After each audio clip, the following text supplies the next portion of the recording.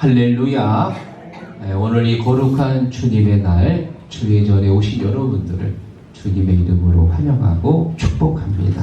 자, 옆에 계신 교우들과 인사합시다. 반갑습니다.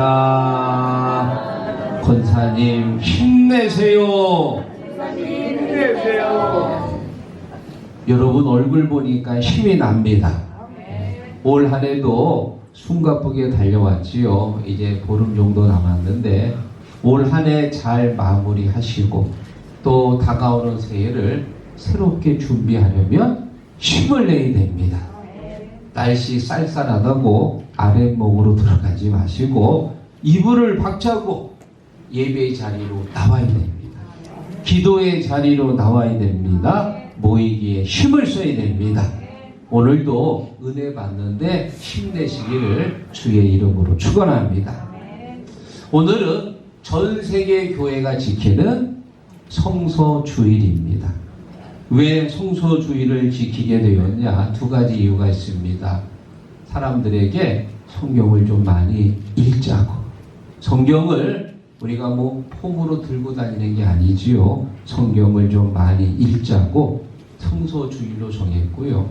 또 성경을 읽고 싶어도 성경이 없어서 못 읽는 사람들이 있습니다. 그런 사람들에게 성경을 좀 보급하자고 성서주일을 정했습니다. 우리나라는 1973년도부터 이제 전 세계에다가 성서를 무료로 보급하고 있는데 매년 수백만 권씩 성서를 보급하고 있습니다. 100여 년 전만 해도 성경에 대해서는 아무것도 몰랐던 볼모지와 같았던 우리나라가 이제는 세계에다가 성서를 수만 권씩 보급하는 성서 대국이 된 거예요. 모든 것이 하나님의 은혜요 축복인 줄로 믿습니다.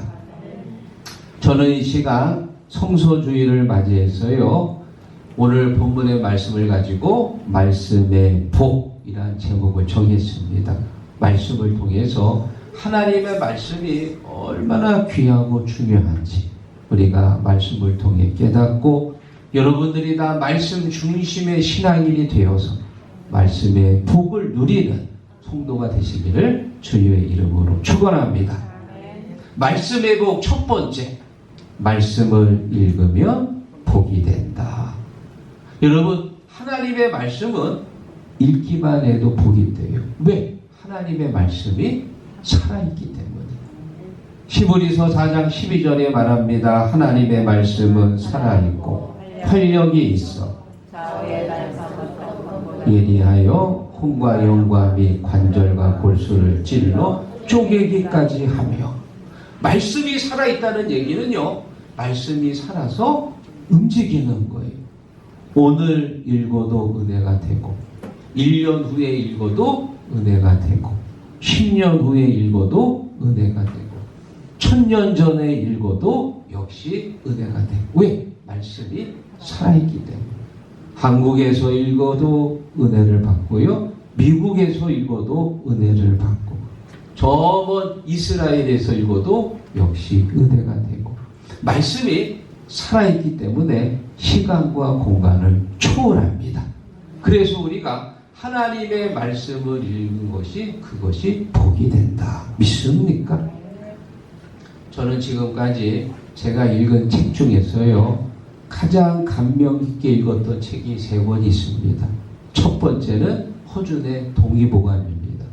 3권으로 되어 있는데 학생 때 그 책을 읽는데 얼마나 감동이 되는지 막 밤을 새다시피 읽었어요. 사실 이 허준보다도 그의 스승 유이태가 더 아주 매력적인 인물입니다. 두 번째로 감명 깊게 읽었던 책은 대도라는 책입니다. 대도, 큰 도둑. 이 주인공이 이왕 남의 거 훔칠 바에 좁도둑이 아니고 금고를 털어야 되겠다. 그래가지고 매일 밤마다 이제 남의 이제 금고 창고에 가서 그거 갖고 연습을 하는 거예요. 그래서 나중에 이제 큰 도둑이 되었다는데 제가 그 책을 읽으면서 나도 나중에 목회를 하면은 그냥 목회가 아니고 좀 큰 목회를 해야 되겠다. 그 나한테 또 도전이 되더라고. 감동 있게 읽었고요. 세 번째 책은 무궁화 꽃이 피었습니다.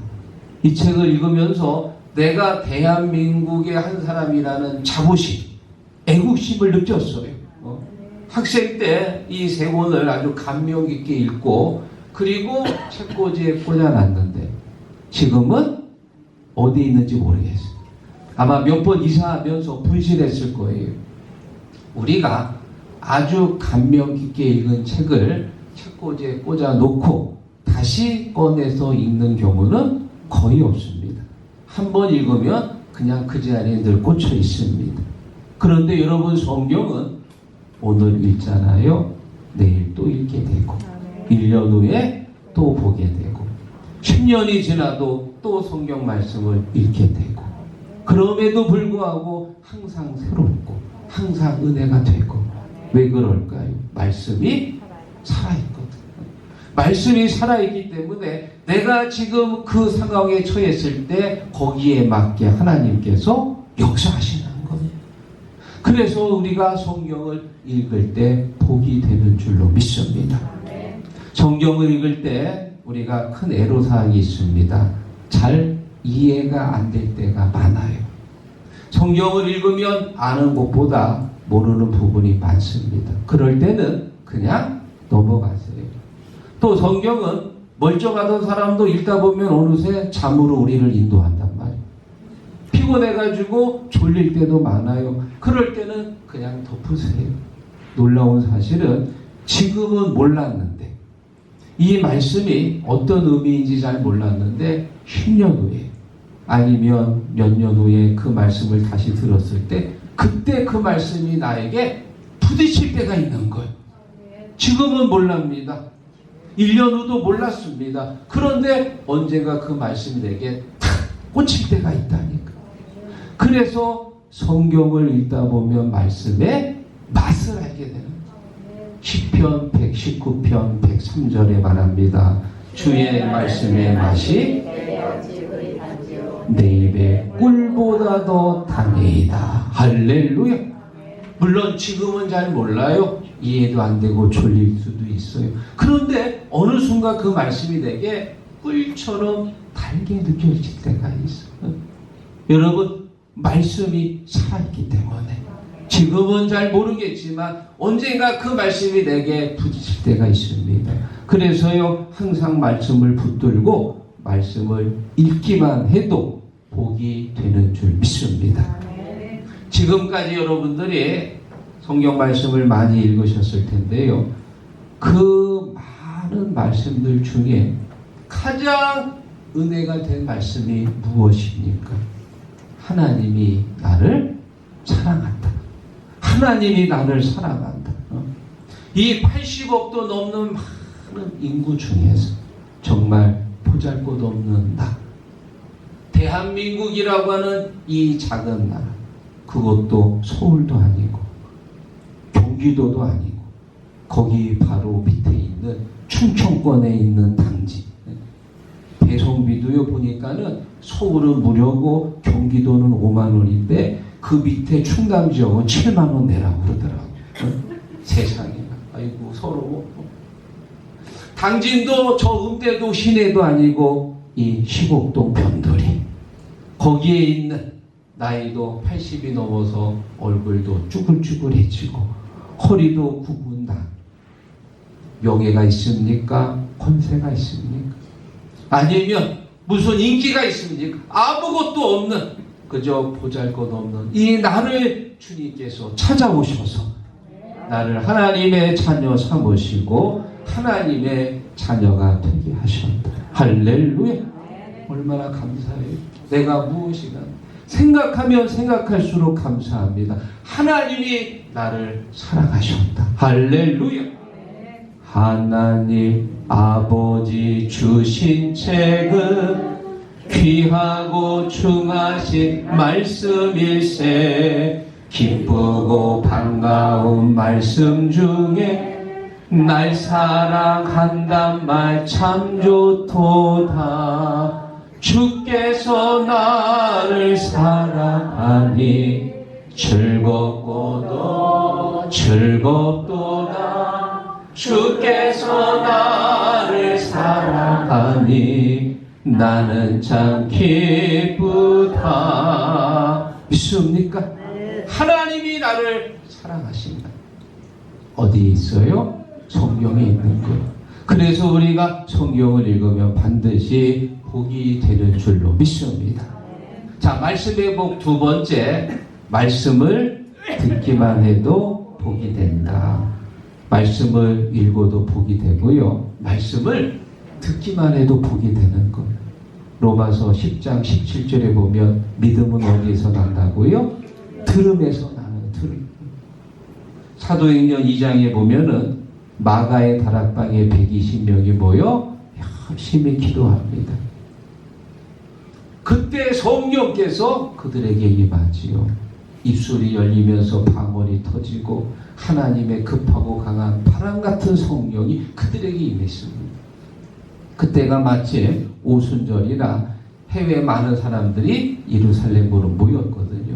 그때 베드로가 담대한 마음으로 일어나서 거기 모인 사람들에게 하나님의 말씀을 선포합니다. 그러자 그 말씀을 들은 그 사람들이 마음이 찔렸다고 성경에 나왔어요. 영어 성경에 보니까 카트입니다. 카트. 여러분 카트 언제 하지요? 미용실에 가서 어떻게 할까요? 카트해 주세요. 머리를 자르는 거예요. 마치 하나님의 말씀을 들었을 때 나의 악한 마음을 칼로 도려내듯이 말씀의 역사가 일어나. 듣기만 했는데 다른 거 한 게 아니고요. 말씀을 그냥 듣기만 했는데도 말씀의 역사가 일어난 거 믿습니까? 오늘 이 주일 교회에 와서 예배 드리며 말씀 듣는 여러분이 정말 복이 되는 분들인 줄로 믿습니다. 주일날 와서 말씀 듣고요. 수요일날 와서 말씀 듣고요. 금요일날 속회로 가정에서 말씀을 듣고요. 새벽마다 와서 말씀을 듣고 말씀을 듣는 게 그게 복이요. 그게 복. 믿습니까? 우리나라 속담에 서당계 3년이면 풍어를 한다고 그러잖아요. 왜? 개도 자꾸 들으니까 뭐가 열려요? 입이 열려. 사람은 어떨까요? 사람들도 말씀을 자꾸 듣잖아요. 그러면 입이 열리고 그리고 마음도 열리고 마음. 여러분 사람의 마음이 열리면 나중에 뭐가 열린 줄 아세요? 지갑도 열리는 거예요. 믿습니까? 아멘들 안 하시네. 아멘. 누가 요즘 헌금 하라고 해서 헌금합니까? 헌금 강요한다고 헌금한 사람 없어요. 마음이 열리면 은혜 받으면 저절로 열리는 저절로. 믿습니까? 요즘 사람들이 어디에 그렇게 귀를 기울이나 봤더니 우리 주부들은 저 대형마트 할인마트에서요. 자, 이번에 우리 마트에서 통큰 세일합니다. 양념치킨 한 마리에 5,000원에 드립니다. 그 말하잖아요. 그러면 계산도 안 했는데 사람들이 그 앞에 쫙 줄 서 있어요. 오픈 문 열잖아요. 그러면 오픈런 그냥 막 뛰어가는 거예요. 왜? 한정 500마리거든. 그거 5,000원에 사겠다고 막 뛰어가는 거예요. 막. 남자들은 어디에 귀를 기울이는지 아십니까? 자, 여러분 이 약으로 말씀을 드릴 것 같으면 이 약만 먹으면 자다가도 벌떡 일어납니다. 혈압, 당뇨, 뇌질환, 심장질환 이것만 먹으면 싹 낫습니다. 남자들은 좋은 약에 관심이 많아요. 우리 주위에 많은 소리들이 들립니다. 여러분 이왕이면요 말씀에 귀를 기울이세요. 말씀을 들어야 돼요. 말씀을. 누군가를 비판하고 누군가를 저주하고 누군가를 부정하고 그런 말을 들으면 자꾸 마음의 문이 닫혀. 마음이 강팍해지는. 하나님의 말씀을 들으면 마음이 열리는 거예요. 하나님의 말씀을 들으면 마음이 부드러워지는 거예요. 오늘 와서 예배 드리는 여러분들이 정말 복된 하나님의 자녀인 줄로 믿습니다. 요한계시록에 보면 성령께서 7 교회에게 보낸 편지의 얘기가 있습니다. 에베소 교회, 소모나 교회, 버가모 교회, 두아디라 교회, 사대 교회, 빌라델비아 교회, 라오디아 교회. 이 7개의 교회에 칭찬하시고 책망하시는데요. 7 교회마다 마지막에 공통적으로 하는 말씀이 있습니다. 귀 있는 자는 성령이 교회들에게 하시는 말씀을 들을지어다. 아멘. 누구요? 귀 있는 자. 여러분 다 귀 달고 계시지요? 귀 이거 잃어버린 분 없을 겁니다. 다 2개 달고 있는데 귀 있는 자는 들으라 그 말입니다. 들으라. 잘 듣는 게 그게 은혜로운 거예요. 귀가 그래서 보배라는 말이 있습니다. 사랑하는 성도 여러분, 오늘 여러분들이 하나님의 말씀을 읽어서 복을 받으시고 또 하나님의 말씀을 잘 들어서 복을 받는 그런 지혜로운 성도들이 되시기를 주의 이름으로 축원합니다. 자, 마지막 3번째 말씀의 복, 말씀을 지키면 더 복이 된다.